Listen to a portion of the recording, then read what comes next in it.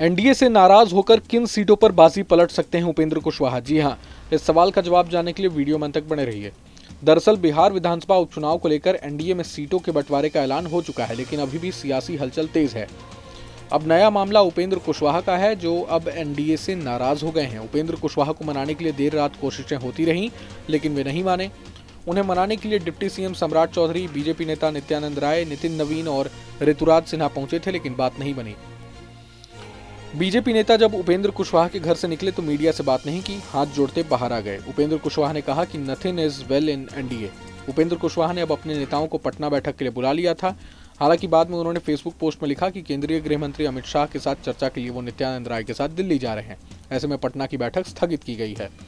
अब तो दिल्ली में अमित शाह से कुशवाहा की मुलाकात भी हो गई है। कुशवाहा ने गृह मंत्री से मिलने के बाद ये कह दिया है कि अब सब कुछ ठीक है। लेकिन इस वीडियो में जानेंगे कि कुशवाहा की नाराजगी एनडीए की मुसीबत कितनी बढ़ा सकती है। सूत्रों से हवाले से मिली जानकारी के मुताबिक उपेंद्र कुशवाहा अपनी सीटों के बदले जाने से नाराज हैं। उनके खाते में आई महुआ सीट पर लोजपा ने दावा ठोक दिया था। इसके बाद से वे खासे नाराज हैं। उपेंद्र कुशवाहा को मधुबनी, उजियारपुर, बाजपट्टी, महुआ, दिनारा और महुआ सीट मिली है।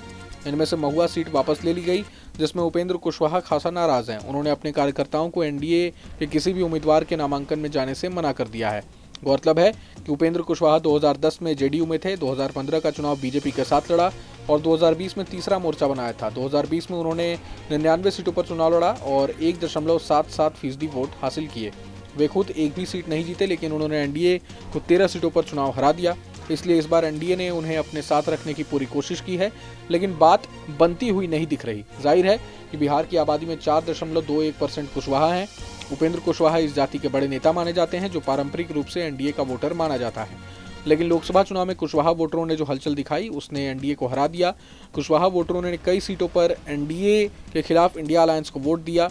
इसी का परिणाम था कि लोकसभा चुनाव में तीसरे नंबर पर रहने के बावजूद उपेंद्र कुशवाहा को बीजेपी ने राज्यसभा भेजकर कुशवाहा वोटरों को रिझाने की कोशिश की। लेकिन अब उनकी नाराजगी से एनडीए को मगध और शाहाबाद के क्षेत्र में मुश्किल हो सकती है।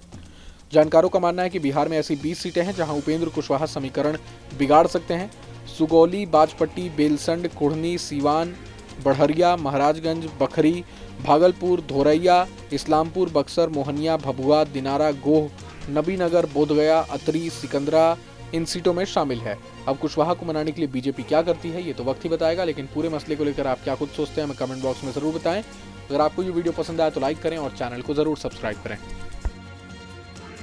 जहाँ भक्ति है हर शब्द में, कथाओं में छुपे हैं दिव्य रहस्य और ज्योतिष देता है जीवन को दिशा। धर्म से जुड़ी हर बातों को जानने के लिए हमारे चैनल स्तुति को सब्सक्राइब करें।